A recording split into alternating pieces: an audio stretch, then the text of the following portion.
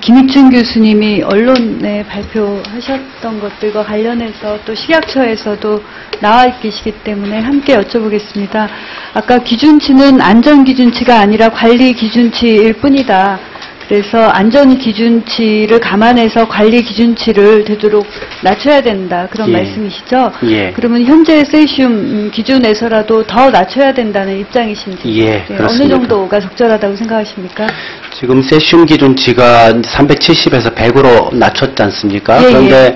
어차피 100 이상 오염된 수산물이 발견돼 본 적이 한 번도 없기 때문에 그거를 안전기준치라고 쳐버리면 방사능에 오염된 모든 식품이 다 안전하다 이렇게 돼버리거든요. 예, 잘 알겠습니다. 그래서 그거는 곤란하고 예. 더 낮춰야 된다고 네. 봅니다. 식약처에서 나와 계시죠?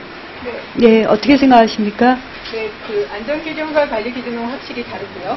안전기준치라는 것은 국제적으로 1mS를 안전기준으로 합니다. 그리고 그것을 1mS라는 안전기준에 대해서 각 나라의 그 식품 섭취량 그리고 식품의 오염 정도 이런 것으로서 식품 그 자체를 관리할 때는 밀리시버트라는 단위로 관리하기가 어렵기 때문에 그것을 환산하여 베크렐러서 관리를 하도록 기준이 정해져 있습니다. 예. 네, 기준치는 있는 것이고 지금 네. 검사하는 것은 다 공개를 지금, 하고 있죠. 검사 네, 결과는. 그렇습니다. 예. 네. 투명하게 공개해서 그 국민의 그 의심이 없도록 네. 그렇게 하시는 것이 좋을 것 같고요. 두 번째로 피폭량과 암 발생이 비례한다. 특히 뭐 어릴수록 방사능에 민감하다, 여성이 민감하다 이런 부분을 말씀하셨습니다. 그래서 예. 그거는 이제 의학적으로 전문가이시기 때문에 그렇게 말씀하실 수 있다고 생각을 하는데 그 부분과 관련해서 혹시 식약처에 제안할 게 있으시면 말씀해 주시기 바랍니다. 예, 제안할 내용 예, 방금 말씀하신 그하고 좀 관련이 있는데요. 1mS가 안전기준치라고 말씀하셨는데 그건 틀린 겁니다. 1mS라는 거는 피폭량 기준치입니다. 그것도 역시 관리기준치고요.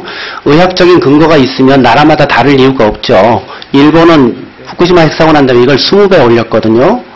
그리고 우리나라도 원전 근무자들은 이 기준, 그 피폭량 기준치가 50mS, 100mS 이렇게 돼 있습니다. 그래서 이거는 달성 가능하지 않으니까 이 이상을 하지 말자라고 관리하는 기준치지 피폭량 기준치도 역시 마찬가지로 관리 기준치입니다. 안전 기준치는 의학적으로 없다라고 교과서에 돼 있습니다. 그 내용을 부정하시면 얘기하기 좀 어렵습니다. 예, 시간이 조금 짧아서 간단히 답변 듣겠습니다. 식약처 입장 말씀해 주세요. 예. 네, 이 부분은 김익준 교수님께서 의사시기 때문에 제가 말씀드리는 것보다 의사들이 지은 책으로 가지고 말씀드리는 게 더 나을 것 같습니다. 그 15분의 국내 그 암 전문을 하는 의사님들이 여기 지은 방사능 무섭니 하는 책에 그 내용 말씀하시는 거죠? 그럼 제가 그 내용을 읽어드릴게요. 저도 보고 왔기 때문에 세슘 100g에 오염된 생선 13kg를 먹는다고 해도 피폭량은 0.017mS 밖에 되지 않기 때문에 그 위험을 논의하는 것 자체는 무의미하다. 뭐 이런 내용들이 있네요. 그래서 그거는 좀 참고하실 필요 있을 것 같고요.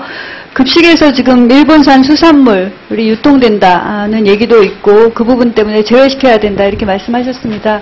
그 부분은 국민이 굉장히 불안 요소가 될 수 있기 때문에 식약처에서 다시 한번 말씀해 주시기 바랍니다. 네, 지금 현재 국내에서 관리하는 기준은 그 체르노빌 원전 사고 이후에 국제적으로 정해진 기준에 따라 관리 기준이 설정되고 있습니다. 그래서 이것은 평상시의 오염 기준이 아니라 원전 사고와 같은 사고가 났을 때 식품을 어떻게 관리할 것인가라는 부분에서 WHO, FAO에서 정한 기준이 1mS이고 거기에 따른 각 그 세슘이라든지 요드와 스트론튬에 대한 기준이 설정되고 있습니다.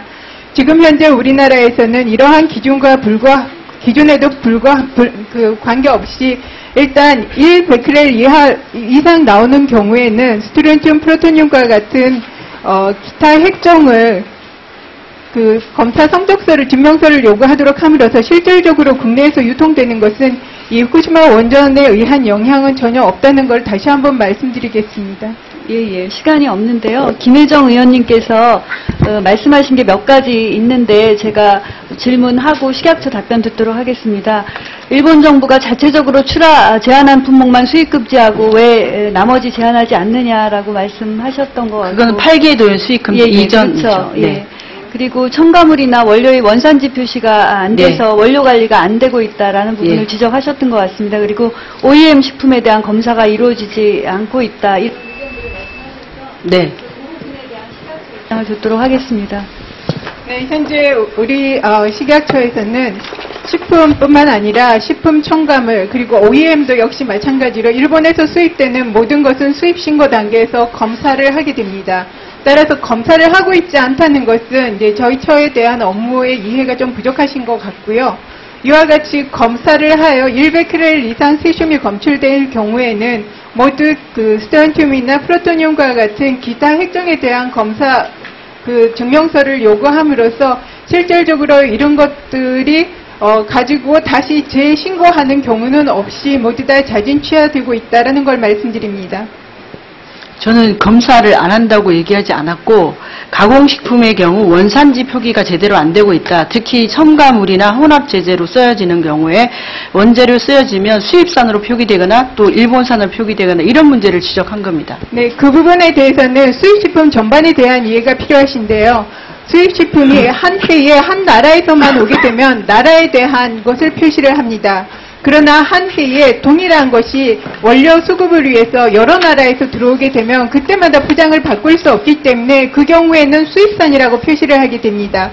따라서 중요한 것은 어느 나라산 이전에 국내에서 사용되는 그 제조업소에서 이용되는 모든 원료는 일단 일본에서 들어오는 것은 모두 다 검사를 하고 있다라는 부분을 아시면 도움이 되실 것 같습니다. 네, 문정림 의원님 수고하셨습니다. 다음은 존경하는 민주당의 김성주 의원님 질의해 주시기 바랍니다. 예, 김성주입니다.